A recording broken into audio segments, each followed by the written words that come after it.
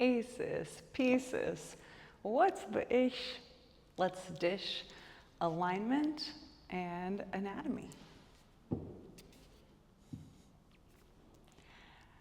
Hi, beautiful. I'm Blythe Stevens, MFA Bliss Catalyst and creator of Ballet Coach, where I help multi-passionate creatives take leaps of faith, much of which is through dance coaching and education, and including anatomical concepts as they support our healthy dance technique, sustainable movement, and understanding of what we're experiencing in the body when we're moving and dancing somatically.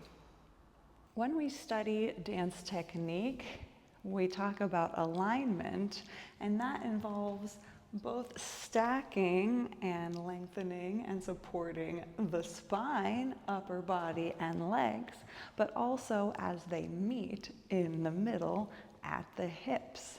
Different styles of dance do treat the movements of the pelvis and resulting through the rest of the body differently. In ballet, we tend to keep a level or neutral pelvis during most of our movements, and only disturb that levelness, that horizontal line in the horizontal plane, only minimally when required due to raising the leg up high, for example, to the back, and other movements that do affect the levelness of the pelvis, but like a floating buoy, always returning to that place. So I thought we'd take a moment and talk about the pelvis. The hips don't lie, as Shakira said, and as one of my teachers in grad school, Greg Lisenberry, said. And in anatomy, we learn that the pelvis, although it's made up of several different bones, it is roughly bowl-shaped. So in this anatomy coloring book sheet that I did color in back in the day when I was first studying anatomy, we see that the top of the pelvis forms roughly a bowl shape, and then it tapers down a bit to like a cone a bit.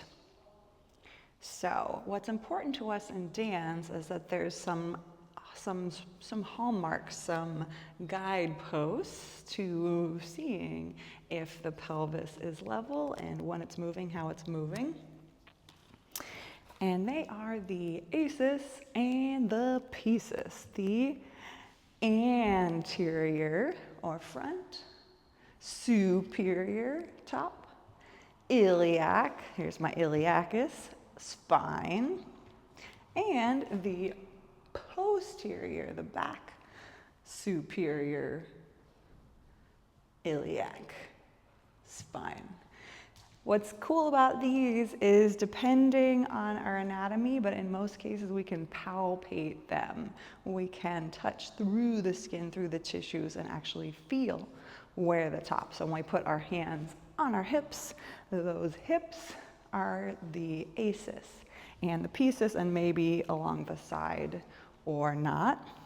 And we're looking at their relationship, although of course that adjusts the relationship of the tail and the rest of the pelvis as well. So we could think of those 4 points like the 4 points of a diamond, a square, or a rectangle, or indeed a punch bowl. And it tapers in a little bit, but there's also the rest of the pelvis adjusting. So as we tilt, those change in relationship to each other, either with the spine or without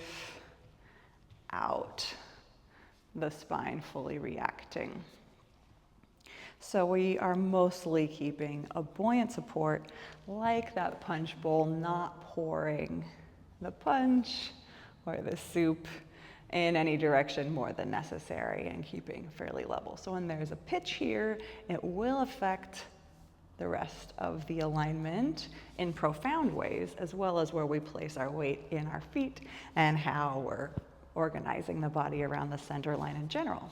for which you might enjoy my Plummy Plumb Lines video, where we talk about that vertical line and our center of gravity. Now we'll bring our mostly level-ish hips. Of course, results may vary and all anatomies are different. Most of us have different length legs or other asymmetrical attributes.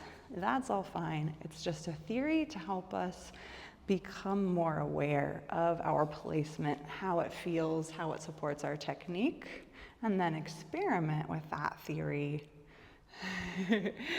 in our technique, in our improvisation, and in our choreography.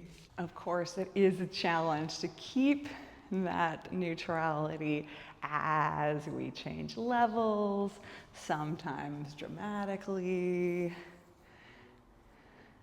But those are a great way to take a peek at what's happening in your body. I hope you enjoyed this. Maybe if you're teaching dance, movement, yoga, you use props like this to support that theoretical training and then to apply in practice. I would love to hear about what other tools and visualizations and techniques you find to be most potent. My practice is always and further developing, revisiting themes, considering ideas in practice, and doing everything I can to support students and movers and teachers. Thank you for joining me and moving together in spirit or in fact. Take good care of yourself and pay attention. Until next time, hope to see you again soon.